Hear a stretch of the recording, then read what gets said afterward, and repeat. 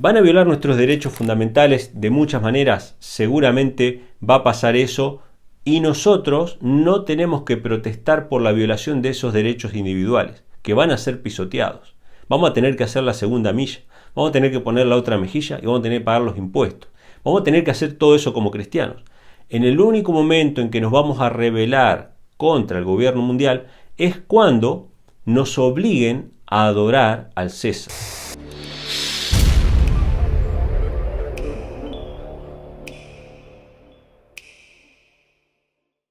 ¿Qué tal amigos? Bienvenidos a un nuevo video.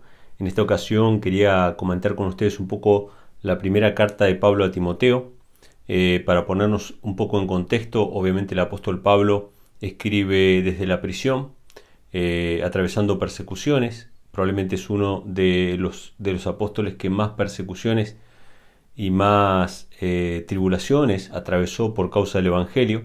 Y le escribe esta carta a Timoteo, quien fue discípulo suyo, quien fue compañero de viaje también del apóstol Pablo, y que Pablo lo considera su hijo espiritual, ¿sí? Un hijo espiritual. Tanto la primera como la segunda carta del apóstol Pablo las escribe para dar especificaciones a este hijo espiritual que tiene una misión, tiene una tarea, porque también es llamado a ser un predicador, a ser un pastor de la iglesia. Y el apóstol Pablo le manda algunas especificaciones que yo quiero compartir con ustedes. En este caso, en este video vamos a ver solamente la primera carta del apóstol Pablo y obviamente algunas especificaciones, no todas. Muchas de estas especificaciones tienen que ver con la forma en que se maneja la iglesia, con ciertas normas que los hermanos tienen que cumplir dentro de la iglesia, y él, siendo pastor o siendo ministro, tenía que exhortar a los hermanos con respecto a estas cuestiones. Pero yo voy a mencionar algunas cosas muy puntuales que a mí me llegaron y que a mí me tocaron de manera personal, que yo las tomé como para mí, de manera directa, ¿no? Porque fueron justo la respuesta a mis necesidades o a las preocupaciones que yo tenía en el momento en que leí esta carta. Así que, teniendo en cuenta esto, piensen ustedes que la segunda carta de Pablo a Timoteo ya él habla acerca de que está listo para ser sacrificado. O sea que estamos hablando de las cartas de un padre a un hijo que está pasando por tribulación y que probablemente sabe que le queda poco tiempo. Por lo tanto, no hay lugar y no hay tiempo para trivialidades. Se nos va a decir ahora lo más importante. Y tómenlo ustedes de esa manera, porque en el camino cristiano Satanás va a querer distraernos con muchas cosas. Sin embargo, hay cosas que son fundamentales y hay cosas que son secundarias. Estas cosas fundamentales se las manda por escrito el apóstol Pablo a su hijo espiritual, Timoteo, y nos llegan a nosotros a través de los siglos, a través de la providencia, gracias a la palabra de Dios. Vamos a leer Primera de Timoteo capítulo 1 y vamos a leer la primera porción que quiero compartir con ustedes y la vamos a comentar. Está en el capítulo 1, versículo 3 al versículo 7, y dice lo siguiente: Como te rogué que te quedases en Éfeso cuando partí para Macedonia, para que exhortases a algunos que no enseñen diferente doctrina. En la segunda carta se menciona un poco cuál era esta diferente doctrina. Había gente que enseñaba que la resurrección de los muertos ya había ocurrido. Y esto va a pasar siempre en la iglesia. Ustedes presten atención a estos comentarios, porque en la iglesia siempre surge alguien que dice tener una nueva gran revelación, que destruye todas las creencias anteriores que teníamos y que cambia completamente la forma de ver que teníamos el Evangelio. Y supuestamente es una verdad revolucionaria que nos va a hacer cambiar por completo. Son más o menos de esa índole, de esas características, estas nuevas verdades o estas nuevas luces que a veces aparecen con el objetivo de destruir nuestra fe en la palabra de Dios, ¿sí? Entonces, acá el apóstol Pablo le dice que exhorte a esas personas que estaban enseñando doctrinas distintas. Dice el verso 4, ni prestes atención a fábulas y genealogías sin término, que acarrean disputas en vez de edificación de Dios, que es en la fe. Así te encargo ahora. Y habla acerca de estas cuestiones de genealogías, de fábulas, dice, o genealogías sin término que causan disputas. Muchas veces en la iglesia, en las congregaciones, surgen estas cuestiones interminables que solamente generan un fruto, que ustedes lo van a ver cuando empiezan estas discusiones sobre fábulas o sobre cosas que no están escritas en la Biblia, o tratando de rastrear la genealogía, a ver si somos hijos de Israel o no, si somos gentiles o no, y toda esta historia dice que generan un fruto inconfundible que no viene de Dios, que son las disputas y son las contiendas. Y no digo que no haya que debatir ciertos temas doctrinales, siempre van a haber debates y siempre van a haber cuestiones que hay que dilucidar, pero evidentemente hay ciertos temas que el único fruto que generan son disputas y discordias. Entonces el apóstol Pablo le dice, mirá, no pierdas tiempo con eso, con esas fábulas o esas genealogías interminables. Y ahora va a venir la cuestión práctica, porque el evangelio es un evangelio práctico. ¿Cuál es el fruto verdadero de las verdaderas doctrinas, de la sana doctrina? ¿Cuál es el fruto verdadero? Versículo 5, pues el fin del mandamiento es el amor de corazón puro y de buena conciencia y de fe no fingida, de lo cual desviándose algunos se apartaron a vanas palabrerías, queriendo ser doctores de la ley, sin entender ni lo que hablan ni lo que afirman. ¿Cuál es la búsqueda? ¿Cuál es el interés de estas personas que desvían la atención de lo urgente, de lo importante, de lo necesario, del cambio de corazón, del cambio de carácter, de la conversión, de la sana doctrina? ¿Cuál es el objetivo de ellos? Vanas palabrerías, pretender ser doctores. El egoísmo, el orgullo, o sea, el deseo de querer exaltarse a sí mismo presentando algo que sea lo suficientemente revolucionario como para decir, bueno, acá Dios envió a un iluminado que va a cambiar totalmente la forma que teníamos de ver la Biblia. El egoísmo, es el orgullo, ¿sí? Son las vanas palabrerías que buscan algunos para probar que son doctores de la ley, o que son algo, o que son alguien. Dios no nos ha llamado a eso. Dios nos llama a que practiquemos la sana doctrina que da frutos que son distinguibles. No son disputas y contiendas, sino que es el amor puro, sin fingimiento. Hay un cambio de corazón en la vida del creyente que acepta la verdad de Dios, que acepta el Evangelio de Cristo. Eso se ve, eso se puede palpar en el carácter de las personas, ¿sí? Así que acá tenemos una de las primeras, de los primeros consejos del apóstol Pablo. Vamos a ir al capítulo 2 y me gustaría que subrayen esto porque realmente es muy importante. Yo sé que estamos viviendo en tiempos de opresión. Yo sé que estamos viviendo en tiempos en los cuales nuestros derechos fundamentales, algunos de ellos, como por ejemplo nuestros derechos a la circulación, o nuestro derecho a decidir lo que queremos hacer con nuestro propio cuerpo, etcétera, etcétera. Ustedes saben que ahora es obligación usar un probablemente en el futuro sea obligación, probablemente sean obligación muchas otras cosas más. Y se están violando muchos de nuestros derechos fundamentales individuales. Sin embargo, la condición del mundo actual no es ni por asomo parecida a la condición del mundo en la época del Imperio Romano, cuando Cristo y sus apóstoles vivieron y predicaron, donde a ellos se los colgaba en la plaza pública, ¿sí? Puede ser que hoy en día hayan asesinatos de este tipo, asesinatos religiosos, o sea, mandan a matar a alguno, pero políticamente el gobierno de manera abierta no está quemando gente en la plaza pública, como sí se hacía en la época del Imperio Romano. Y que, una cosa más, en la época del Imperio Romano el César era declarado Dios, por lo tanto Cristo, arriesgando su propia vida, obviamente, tuvo que decir al César lo que es del César y a Dios lo que es de Dios, haciendo una separación y una distinción de que el César no era Dios. Sin embargo, cuando estos derechos, algunos de estos derechos eran violados por parte del Imperio Romano a los cristianos, Jesús no les mandó que se rebelasen contra el Imperio Romano por la violación de esos derechos. Por ejemplo, el derecho a la circulación. Venían los romanos y le decían que tenían que llevar una milla. Jesús le decía, bueno, lleven 2. Y el derecho sobre su propio cuerpo, el que te hiera en la mejilla derecha, ponle también la otra. Y el derecho a la propiedad privada, cuando venían los romanos y les cobraban impuestos, ¿qué decía Jesús? Al César lo que es del César. Y mandaba a Pedro a que tire el anzuelo, sacaba el pez y estaba la moneda para pagar todos los impuestos. O sea que van a violar nuestros derechos fundamentales de muchas maneras, seguramente va a pasar eso, y nosotros no tenemos que protestar por la violación de esos derechos individuales, que van a ser pisoteados. Vamos a tener que hacer la segunda milla, vamos a tener que poner la otra mejilla y vamos a tener que pagar los impuestos. Vamos a tener que hacer todo eso como cristianos.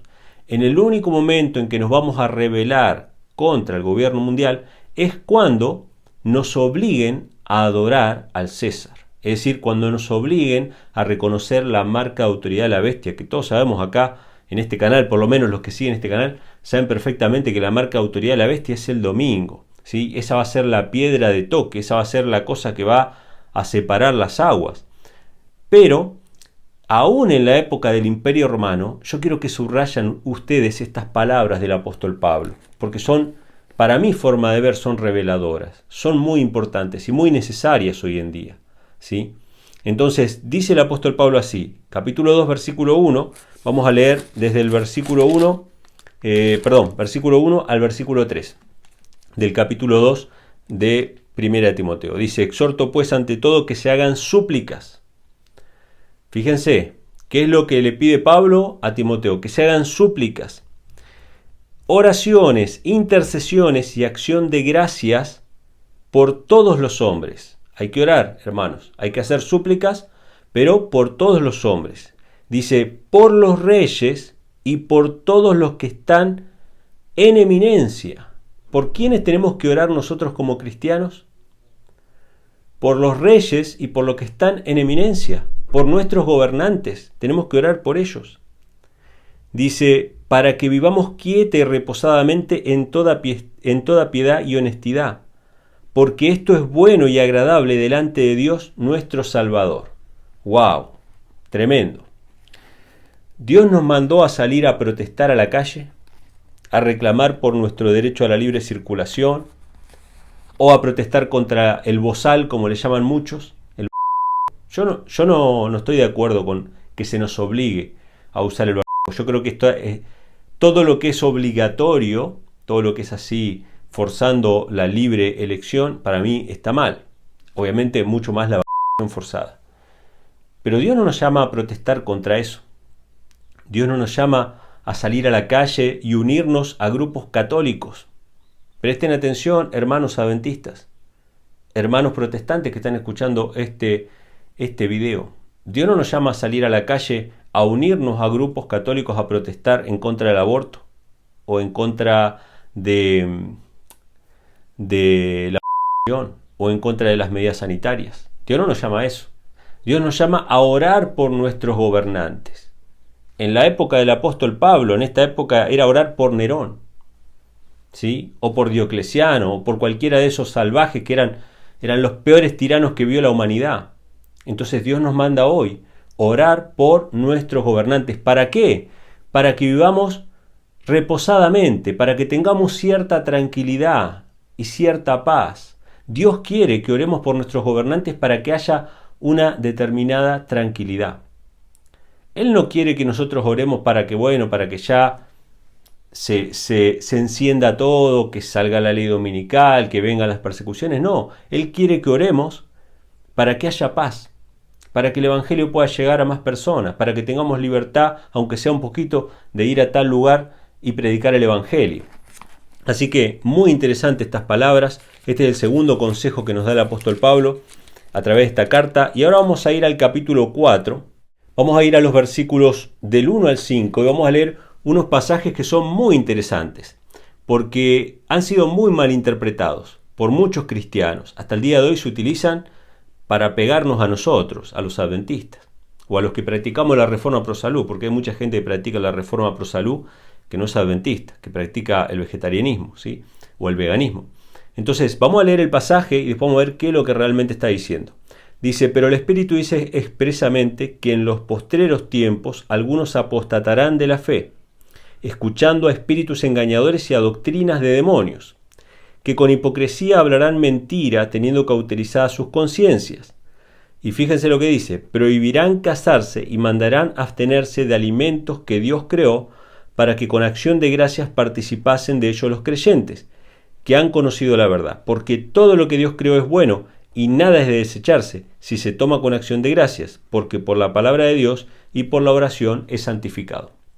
Muchas veces he tomado este texto para decirnos a nosotros que somos vegetarianos, que somos la apostasía, ¿no? Porque estamos prohibiendo comer alimentos que Dios creó, etcétera, etcétera. no cuadra el tema de prohibir casarse, porque los adventistas nos casamos. Los protestantes por lo general nos casamos. No creemos que el celibato sea algo que todo el mundo tenga que practicar.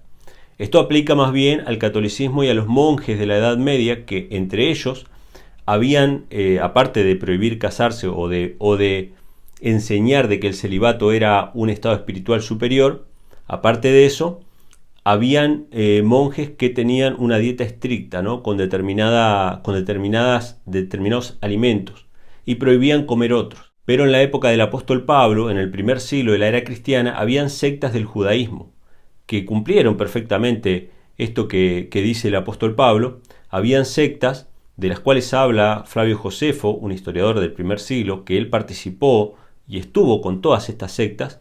Estuvo con los fariseos, con los saduceos y con los esenios.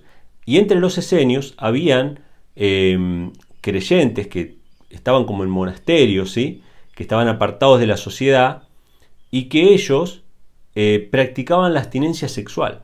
De hecho, se hacían baños, según dice Josefo, para calmar esos deseos sexuales, ¿no? Y practicaban ese celibato obligatorio del cual la Biblia nada habla, ¿no? Porque el casamiento es un estado honroso delante de Dios, y solamente aquellos que tienen el don de la abstinencia o de la continencia son los que son llamados a ser célibes o a estar consagrados al ministerio sin casarse. Pero los demás tienen que casarse, es el estado más honroso estar casado.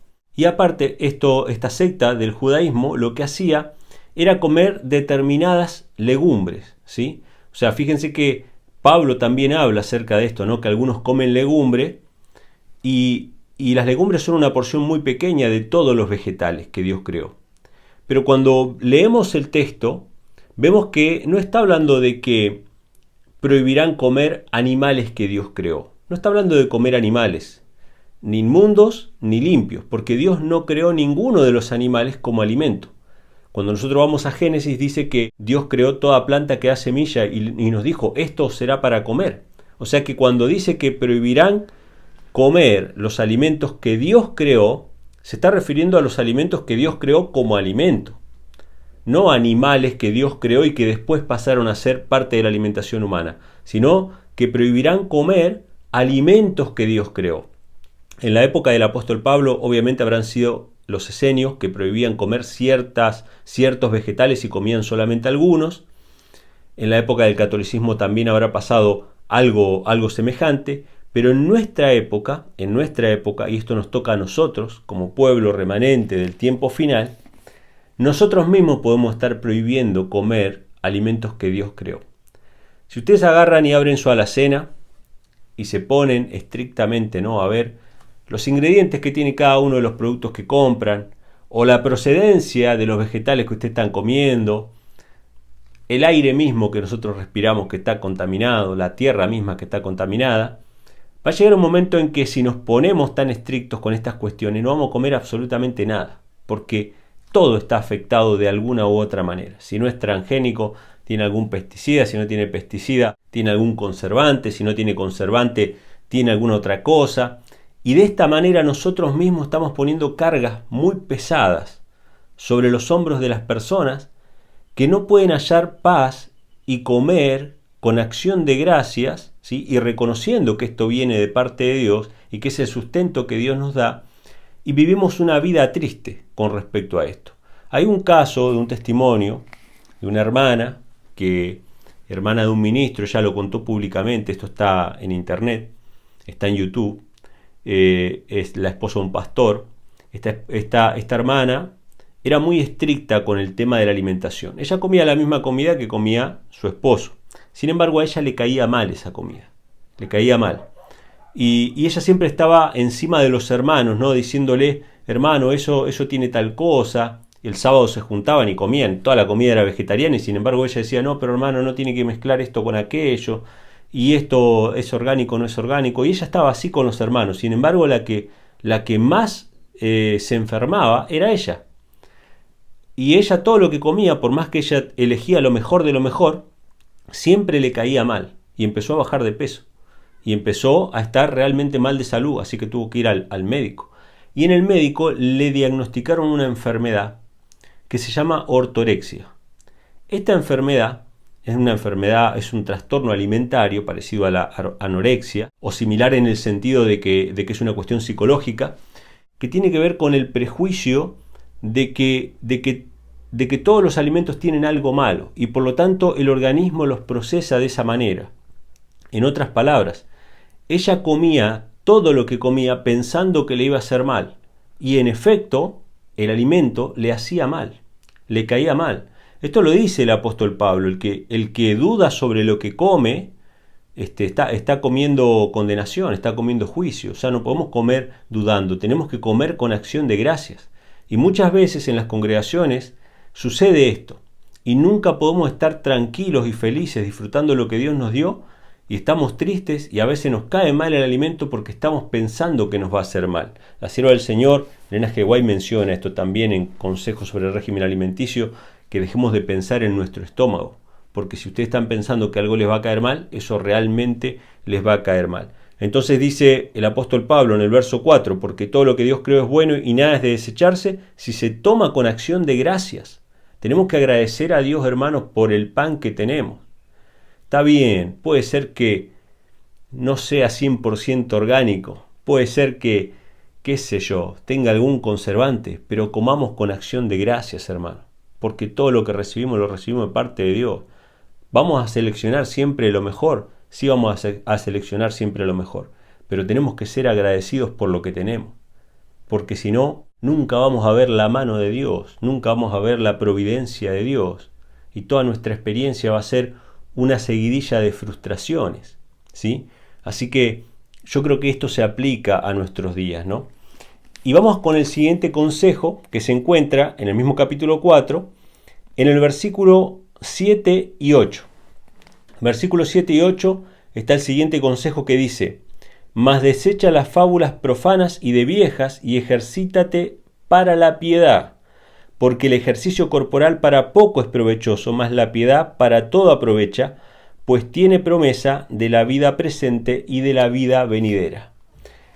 No van a pensar ustedes, no vayan a malinterpretar de que este pasaje está hablando en contra del ejercicio físico. Ahora lo vamos a explicar. La primera parte dice: desecha las fábulas profanas y de viejas, y ejercítate para la piedad. ¿Qué son las fábulas profanas y de viejas? Bueno, sin desmerecer a las personas ancianas, creo que esto se refiere, cuando habla acerca de fábulas, obviamente se refiere a cuestiones que no están en la Biblia, ¿no?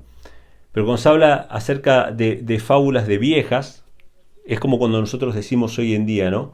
Son cuentos de viejos, ¿sí? O los cuentos de la abuela, como historias fantasiosas, ¿sí? Que de generación en generación se van contando y siempre se van agregando una cosa más y se transforman en un mito. Dice que desechemos todas esas cuestiones que no están en la palabra de Dios y que nos ejercitemos para la piedad. Y ahora va a ser un contraste entre el ejercicio físico y el ejercicio de la piedad. Dice: porque el ejercicio corporal para poco es provechoso. Fíjense que no dice que para nada es provechoso. Dice para poco es provechoso. Mas la piedad para todo aprovecha, pues tiene promesa de la vida presente y la vida venidera. Ustedes recuerden que Timoteo es hijo de un padre griego. Los griegos tienen una cultura del deporte, igual que los romanos también lo tenían, una cultura del deporte en la cual se creía que el ejercicio físico, que era algo externo que hacemos, ¿no? Es algo que hacemos externamente, tiene un beneficio espiritual, ¿sí? Es, como por así decirlo, una transformación de afuera hacia adentro. En realidad, el ejercicio físico tiene un beneficio físico. Ayuda a que también la sangre circule mejor por nuestra mente, la sangre más oxigenada, tenemos mayor lucidez y por lo tanto podemos ejercitar mejor los dones espirituales. Pero lo que el apóstol Pablo está diciendo que el ejercicio de la piedad es mejor que el ejercicio físico, se refiere a que no es el ejercicio físico el medio para obtener bienestar espiritual. El ejercicio físico para poco aprovecha si no hay un cambio de corazón. El cambio de corazón lo hace Cristo de adentro hacia afuera. Si yo me ejercito en la piedad, si yo busco primeramente el reino de Dios y su justicia, no solamente que voy a edificarme espiritualmente, también voy a cuidar mi cuerpo por consecuencia. Este ejercicio espiritual va a ser provechoso para la vida terrenal y la vida futura. o la vida venidera, como dice acá el apóstol Pablo. Entonces, esto es justificación por fe, justificación por obras. Si yo creo en la justificación por obras, voy a hacer ejercicio para ser mejor espiritualmente y nunca lo voy a conseguir. A lo sumo voy a estar mejor físicamente, pero no mejor espiritualmente. Pero si yo busco primeramente el reino de Dios, si yo busco primeramente el ejercicio espiritual, ejercitarme en la piedad, como dice, por consecuencia también voy a cuidar mi cuerpo, también voy a salir a caminar, voy a hacer ejercicio físico y voy a tratar de estar mejor físicamente. Así que estas son las cuestiones. No es que el apóstol Pablo está diciendo que no hay que hacer ejercicio, sino que es mejor ejercitar la piedad, que va a traer como consecuencia todo lo demás referente a nuestra vida terrena también. Vamos a otro pasaje, a otro consejo que también está en el capítulo 4, en el versículo 13 al versículo 16, y dice lo siguiente: entre tanto que vengo, ocúpate en la lectura, la exhortación y la enseñanza, no descuides el don que está en ti, que te fue dado por profecía con la imposición de las manos del presbítero. Medita en estas cosas, ocúpate en ellas, para que tu aprovechamiento sea manifiesto a todos. Ten cuidado de ti mismo y de la doctrina, persiste en ello, pues haciendo esto te salvarás a ti mismo y a los que te oyeren. Esto es muy interesante, hermanos. Lo primero que le dice es que se ocupe en la lectura. Hermanos, tenemos que leer. Es la única manera que tenemos de absorber la palabra de Dios. Tenemos que leer. Bueno, hay personas que por ahí les cuesta leer y lo ponen en audio, ¿sí? En el celular o en el lado tienen en audio la Biblia y la escuchan. Pero necesitamos absorber la palabra de Dios. Yo puedo tener la Biblia acá y llevarla como amuleto a todas partes. Puedo arrancar una hoja de la Biblia, hacer un doblez, doblarla chiquitito y atármela en la frente, atármela en la mano, como hacen los judíos, pero eso no va a penetrar por mis poros y correr por mi sangre y llegar a mi corazón. No va a pasar eso, por más que lo intentemos. La única manera en que la Biblia funciona es si absorbemos su contenido, si leemos, si buscamos de la palabra de Dios cada día, si queremos escuchar su voz. Nuestra única tarea, hermanos, es caminar con Dios, es escuchar su voz. Y su voz la escuchamos a través de la palabra. Así que el apóstol Pablo le dice a Timoteo que se dedique a la lectura, que conozca la palabra de Dios. ¿Por qué? Porque además tiene que exhortar y tiene que ayudar a otros con cuestiones doctrinales. Y las cuestiones doctrinales son fundamentales. El amor está por encima de toda doctrina, pero la doctrina no es eliminada o quitada. Nosotros no podemos estar en unidad y en acuerdo si no estamos en la misma doctrina. Porque las doctrinas, un poquito de levadura, dice Jesús, leuda toda la masa. Una doctrina falsa puede destruir todo lo bueno que tenemos, ¿sí? Así que es importante también conocer la doctrina. Y una cosa importante que me llamó la atención es que dice: no descuides el don que está en ti, que te fue dado por profecía, por imposición de mano del presbítero. O sea, él había recibido un don espiritual, que se ve que es el don de la enseñanza, la exhortación, ser un pastor, un ministro del evangelio. Sin embargo, dice que no lo descuide. Evidentemente recibimos dones, pero después depende de nosotros si los ejercitamos o no, si los descuidamos o no. Así que evidentemente hay una tarea nuestra, no es que Dios nos da un don y bueno, ya está, ahora andamos así nomás. No, tenemos que ejercitar nuestros dones. Así que esto también me pareció importante. Vamos a ir ahora al capítulo 5, versículos 22 y 23. Este punto me pareció también fundamental, me tocó muy profundo en mi corazón. Me parece que va a tocar también profundo en los corazones de los que lo escuchen. Dice: no impongas con ligereza las manos a ninguno, ni participes en pecados ajenos, consérvate puro. El apóstol Pablo dice que Timoteo era una persona consagrada, era una persona pura, o sea, estaba en la presencia de Dios, había recibido dones espirituales. Era probablemente una de las personas en las que más confiaba el apóstol Pablo, le da toda la instrucción de qué hacer en la iglesia. Evidentemente era una persona consagrada. Sin embargo, dice: ya no bebas agua, sino usa un poco de vino por causa de tu estómago y de tus frecuentes enfermedades. Yo recuerdo que yo paré en esta carta justamente porque esos días estaba sufriendo del estómago. Tenía problemas, ¿no?, intestinales y cosas así, dolores. Y cuando yo leo este pasaje, cuando leí este texto que decía: no tomes agua, toma vino por causa de tu estómago y tus frecuentes enfermedades, a mí me hizo un clic en la cabeza. O sea, cuando nosotros enfermamos, después vamos a hablar del tema del vino, ¿sí?, que quizá muchos se quedan pensando en eso y dejan pasar lo importante. Cuando nosotros pasamos por enfermedad, mis hermanos, cuando pasamos por dolencias, ya sea nuestra o de un familiar, la enfermedad no solamente nos causa dolor, no solamente nos causa tristeza, la enfermedad nos causa humillación. La enfermedad nos hace sentir abandonados de Dios. Eso es lo que el diablo quiere que nosotros creamos. El diablo nos pone, bueno, y a ver dónde está tu Dios de sanidad ahora. ¿Dónde están las promesas? Vos que haces esto, haces aquello, vos que vas a la iglesia. Ahí viene el diablo, ¿no? Y nos humilla. Nos humilla y nos da vergüenza reconocer que estamos enfermos, que estamos pasando por dolencias, por dolores, por sufrimientos físicos. Porque decimos, ¿qué ejemplo voy a dar yo del Evangelio si yo estoy pasando por enfermedad? Pero este pasaje, hermanos, nos demuestra que Dios no abandona a los que pasan por enfermedades. Porque Timoteo tenía un problema en el estómago y además tenía frecuentes enfermedades y aún así era un hombre consagrado y el apóstol Pablo le dice, consérvate puro. Dios no había abandonado a Timoteo. Dios no te abandona cuando estás pasando por enfermedad. No te sientas humillado porque Dios está con vos aún en los peores momentos. El mismo apóstol Pablo, él menciona, no lo vamos a leer ahora, pero en 2 Corintios 12, del 7 al 10, él dice que él tenía un aguijón en la carne, que le pidió 3 veces al Señor que se lo quitase. Y el Señor le dijo, bástate mi gracia, porque mi poder se perfecciona en tu debilidad. Así que, hermanos, nosotros podemos tener nuestro aguijón en la carne. No es que es el deseo de Dios, hermanos, que nosotros pasemos por enfermedad siempre que podemos evitar, siempre que podemos sanarnos, curarnos, estar mejor.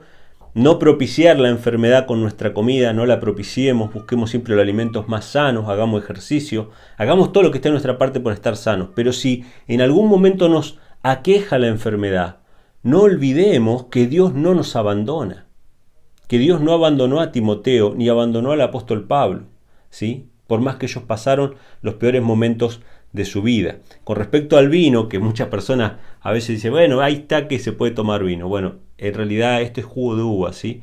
Ningún vino con alcohol es bueno para el estómago, olvídense de eso. De hecho, la misma Organización Mundial de la Salud o los médicos, no sé quién habrán sido, a través de estudios que se hicieron popular el mito de que una copita de vino al día era bueno para la salud. Era una farsa, era una farsa. Yo cuando encuentre los artículos voy a hacer un video específico sobre eso, porque los estudios que ellos hicieron fueron estudios sesgados de personas alcohólicas. Hicieron un estudio con un montón de personas alcohólicas que tomaban mucho vino, que tomaban mucho alcohol a diario. Y entonces cuando hicieron el censo y les hicieron tomar solamente una copita de vino al día, y resulta que, claro, mejoraron todos cuando disminuyeron la cantidad de alcohol que habían tomado. Pero no hicieron un censo o un estudio basado en personas abstemias que comenzaron a tomar. Personas abstemias que comenzaron a tomar, todas se vuelven alcohólicas, o la gran mayoría se vuelve alcohólica, y empeora su salud. Una persona, hoy la Organización Mundial de la Salud dice, lo tiene que reconocer, de que el alcohol no es recomendable en ningún sentido.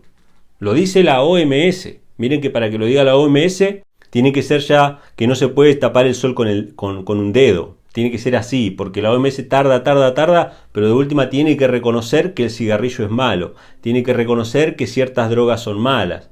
De a poco, pero tiene que ir reconociendo que las enfermedades empiezan por la mente y todo ese tipo de cosas.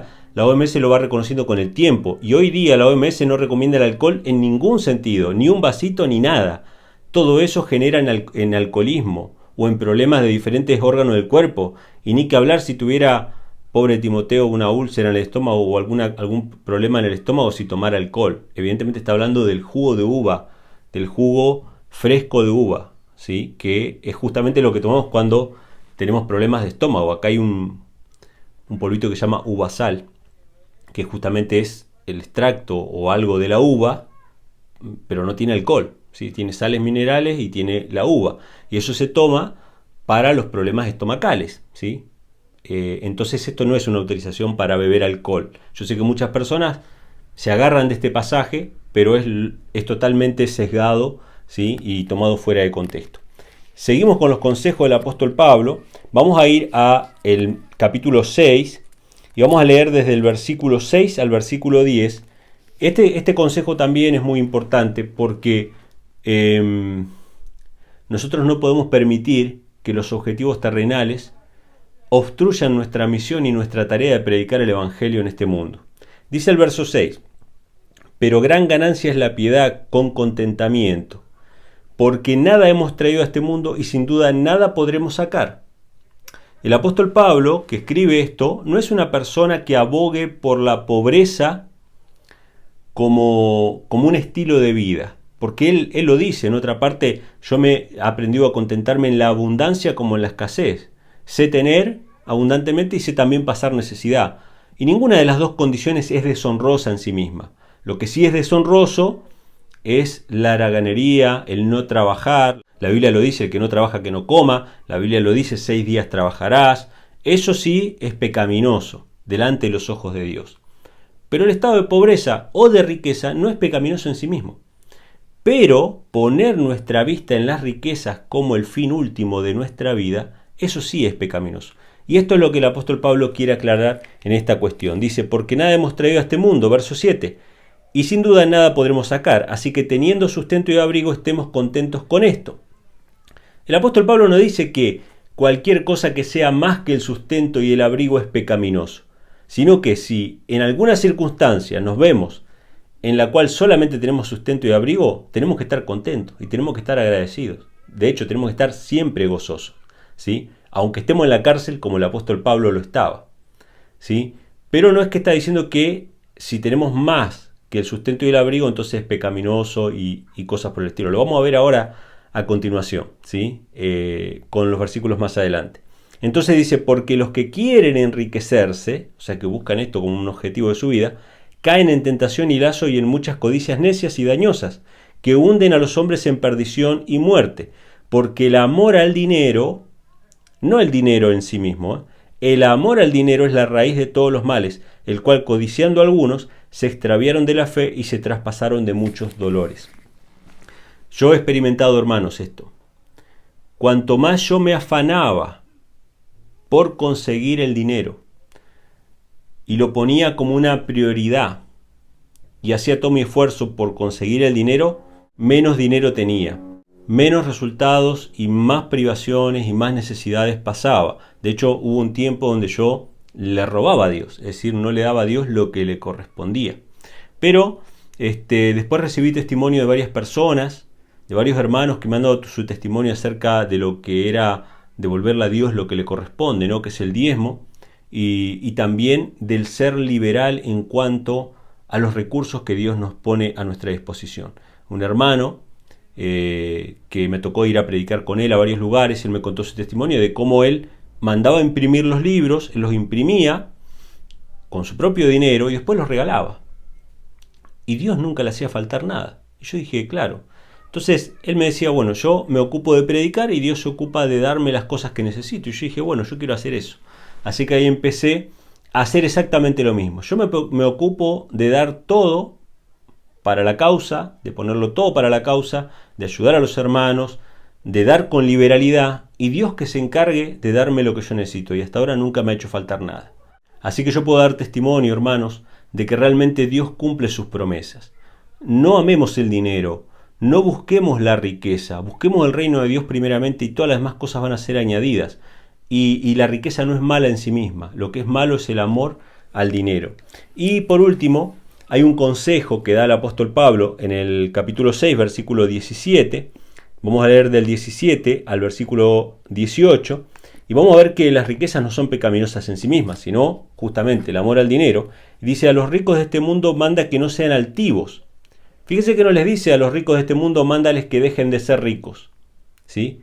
Como quiere enseñar el Papa y todos los movimientos sociales de que los ricos son malos por naturaleza. No, Jesús nunca enseñó la lucha de clases de Marx. Estas son ideas jesuitas que vienen ya de la época, no solamente de los jesuitas, los Illuminati y ciertas sociedades secretas que inculcaron estas ideas de igualdad económica como objetivo final, ¿sí? Para que todos sean felices, todos tenemos que tener la misma cantidad de cosas. Una locura. La Biblia condena esta creencia porque justamente la Biblia reconoce tanto la propiedad privada como la desigualdad económica en los 10 mandamientos. No robarás y no codiciarás las cosas de tu prójimo. Si la Biblia reconoce eso es porque van a haber desigualdades económicas y a nosotros no nos tiene que importar. Si tu hermano o el vecino o lo que fuera prospera económicamente, no tenés por qué juzgarlo y decirle, él prospera porque le robó a alguien, seguramente alguien le robó. Es el pensamiento católico, es el pensamiento jesuita, ¿sí? De hecho, en la encíclica Fratelli Tutti, que escribió el Papa Francisco hace muy poco tiempo, donde presenta el plan del gobierno mundial socialista, no con estas palabras, con otras, pero es exactamente lo mismo, él cita a varios padres de la Iglesia o varios autores católicos que dicen que cuando una persona se enriquece es porque le quitó a otro lo que tenía. O sea que toda riqueza es ilícita según el Papa Francisco. Y por lo tanto hay que quitarle a los que más tienen para darle a los que menos tienen. Y eso en la Biblia se llama robo. La Biblia no dice eso. La Biblia dice que hay personas que se enriquecen bien y hay personas que se enriquecen mal. Hay personas que se enriquecen, como dice el apóstol Santiago, no pagándole el jornal a sus obreros, y hay personas que son ricas, ¿sí?, y que hacen con su riqueza los que quieren y benefician a los que quieren. Y hay gente envidiosa que critica a los que son ricos y que hacen con su riqueza lo que quieren. Todo eso menciona la Biblia. Y sobre todo nos dice a nosotros, no codiciarás. Cada vez que nosotros nos enfada ver la prosperidad de alguien, estamos violando el mandamiento de no codiciar lo bien de tu prójimo. Y Jesús dice que del corazón del hombre salen las envidias, ¿sí?, las maldades salen del corazón del hombre, lo que contamina al hombre. Así que, mis hermanos, este consejo que le da Pablo a los ricos es porque había pueblo de Dios que eran ricos y no dejaron de ser ricos para poder pertenecer al pueblo de Dios. Así que saquémonos de nuestra cabeza el germen del socialismo que hemos heredado del catolicismo romano, sobre todo en América Latina, y aceptemos lo que la palabra de Dios dice. Dice a los ricos de este mundo, manda que no sean altivos, ni pongan la esperanza en las riquezas inciertas. No dice que entreguen toda su riqueza porque si no, no van a entrar al reino de los cielos. Dice que no pongan sus esperanzas, que no amen al dinero, sino en el Dios vivo, quien nos da, y fíjense lo que dice, nos da todas las cosas en abundancia. ¿Para qué? Para que suframos, para que las disfrutemos. Dios nos da todas las cosas en abundancia para que las disfrutemos, hermano. Nosotros no podemos vivir en esta vida una vida triste. ¿Hemos de sufrir por el Evangelio? Seguramente hemos de sufrir por el Evangelio. Pero aún así hemos de estar siempre gozosos, disfrutando con acción de gracia de la comida que recibimos, de los bienes que recibimos, ayudando liberalmente a nuestros hermanos, disfrutando con nuestros hermanos, ya sean ricos o pobres, sin hacer acepción de personas, disfrutando en el amor de Dios sabiendo que nuestra salvación depende de un solo hecho que está totalmente externo a nuestras acciones y a nuestra vida, que tiene que ver con la muerte del Hijo de Dios. Eso es lo que Dios quiere. Entonces dice el verso 18, que hagan bien, que sean ricos en buenas obras, generosos, que con facilidad comuniquen, atesorando para sí buen fundamento para lo porvenir, que echen mano de la vida eterna. O sea que habla acerca de ser generosos, ¿sí? Y ser generoso, eso obviamente no puede ser a la fuerza. La solidaridad nunca es forzada, sino que es voluntaria. Y la solidaridad justamente reconoce también la propiedad privada, porque la solidaridad es de que yo de lo mío voy a compartir con otros, voluntariamente. Si no fuera lo mío, no estaría compartiendo, ¿sí? Simplemente no estaría haciendo nada. Pero como es mío, yo comparto, ¿sí? Entonces, la Biblia reconoce estas cuestiones y nosotros tenemos que prestar atención a esto, hermanos, para no dejarnos llevar por los discursos que no solamente trae el Papa Francisco, traen muchos protestantes que poco a poco están uniendo sus filas, ¿sí?, con el nuevo orden mundial o con el gobierno mundial que va a ser, como ya lo he dicho en varios videos anteriores, de corte socialista, de corte progresista, ¿sí? Así que bueno, estos son algunos de los consejos que el apóstol Pablo nos da en la primera carta de Timoteo. Tengo algunas cosas de la segunda carta que me gustaría hacer en otro video, pero voy a prepararlo bien, voy a leerlo nuevamente, pero hay algunas cositas más que probablemente en el siguiente video esté compartiendo con ustedes. Así que pásense a Telegram, suscríbanse. Yo sé que hay personas que por ahí no quieren bajar la aplicación, no importa. Por el explorador lo pueden ver igual, el Chrome o cualquier explorador que usen, pueden entrar igual al canal. Se los voy a dejar acá en la descripción para que ustedes puedan suscribirse ahí. Y todos los videos, que son varios, que me han borrado del canal de YouTube, están disponibles también en el canal de Telegram. Así que bueno, hermanos, esto era todo por este video. Espero que les haya sido de bendición. Les mando un fuerte abrazo. Compartan este video con sus amigos. Suscríbanse acá al canal. y bueno, nos estaremos viendo en un próximo video. Dice: a los ricos de este mundo manda que no sean altivos. Fíjese que no les dice a los ricos de este mundo mándales que dejen de ser ricos, ¿sí? Como quiere enseñar el Papa y todos los movimientos sociales de que los ricos son malos por naturaleza. No, Jesús nunca enseñó la lucha de clases de Marx. Estas son ideas jesuitas que vienen ya de la época, no solamente los jesuitas, los Illuminati y ciertas sociedades secretas que inculcaron estas ideas de igualdad económica como objetivo final, ¿sí? Para que todos sean felices, todos tenemos que tener la misma cantidad de cosas. Una locura. La Biblia condena esta creencia porque justamente la Biblia reconoce tanto la propiedad privada como la desigualdad económica en los 10 mandamientos. No robarás y no codiciarás las cosas de tu prójimo.